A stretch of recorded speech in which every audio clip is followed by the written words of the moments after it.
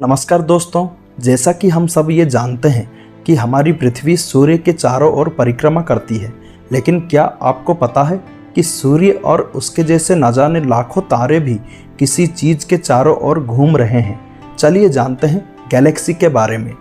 जैसे कि बहुत सारे आइलैंड यानी द्वीप मिलकर एक द्वीप समूह बनाते हैं, बिल्कुल वैसे ही गैलेक्सी यानी आकाशगंगा बहुत सारे तारे, गैस, धूल और डार्क मैटर्स के विशाल कॉस्मिक आइलैंड्स से बने हुए हैं और ये सब ग्रेविटी के वजह से एक दूसरे से बंधे हुए होते हैं।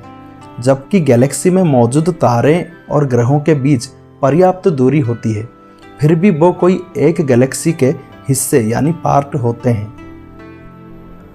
सबसे बड़ी गैलेक्सी में खरबों तारे होते हैं और इनका डायमीटर 10 लाख लाइट ईयर से भी अधिक हो सकता है। सबसे छोटे गैलेक्सी में कुछ हजार तारे हो सकते हैं और इनका विस्तार सिर्फ कुछ 100 लाइट ईयर तक हो सकता है।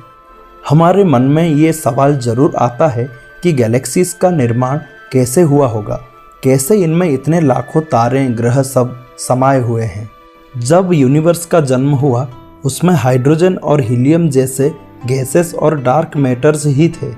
फिर हाइड्रोजन और हीलियम डार्क मैटर के साथ मिलकर धूल और बादल के बहुत सारे गुच्छे बनाए और ग्रेविटी के कारण ये धूल के बादल आपस में टकराकर एक बड़ा घूमता हुआ ऑब्जेक्ट का निर्माण किया, जिसे हम गैलेक्सी कहते हैं। और जैसे जैसे गैलेक्सीज इवॉल्व यानी विकसित हुई, उनके भीतर तारे बनते गए। फिर छोटी गैलेक्सीज आपस में टकराकर बड़े बनते गए। कुछ इस प्रकार लाखों गैलेक्सीज बन गए। ज़्यादातर गैलेक्सीज के सेंटर में एक सुपर मैसिव ब्लैक होल होता है। गैलेक्सीज बहुत सारे आकार और प्रकार के पाए गए हैं, जैसे कि स्पाइरल, इलिप्टिकल और कुछ इरेगुलर और अव्यवस्थित होते हैं। ज़्यादातर आकाशगंगाएं 10 बिलियन से लेकर 13.5 बिलियन साल तक पुरानी हैं।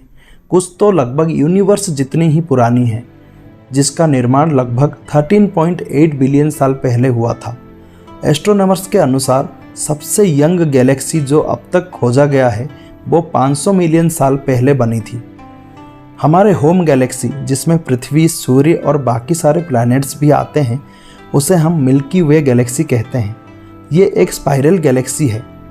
इसके spiral arms 1 lakh light year से भी ज़्यादा दूरी तक फैले हुए हैं।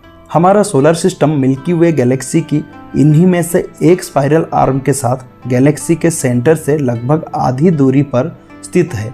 हमारे गैलेक्सी की सबसे नज़दीकी बड़ी गैलेक्सी है एंड्रोमेडा। अब से कई अरब साल बाद हमारी अपनी गैलेक्सी मिल्की वे और एंड्रोमेडा आपस में टकरा जाएंगे, लेकिन इससे हमारे पृथ्वी और सौरमंडल को कोई खतरा नहीं है। एंड्रोमेडा, जिसे कि M31 के नाम से भी जाना जाता है, अभी मिल्की वे से 2.5 मिलियन लाइट ईयर्स दूर है। ये दोनों स्पाइरल गैलेक्सी आपस में टकराने के बाद एक इलिप्टिकल गैलेक्सी बन जाएंगे। कंप्यूटर सिमुलेशन बताता है कि हमारे सोलर सिस्टम इस नए बने हुए इलिप्टिकल गैलेक्सी के सेंटर से बहुत दूर फेंक दिया जाएगा। आज के इस वीडियो में बस इतना ही। मिलते हैं नेक्स्ट वीडियो में। Thank you for watching.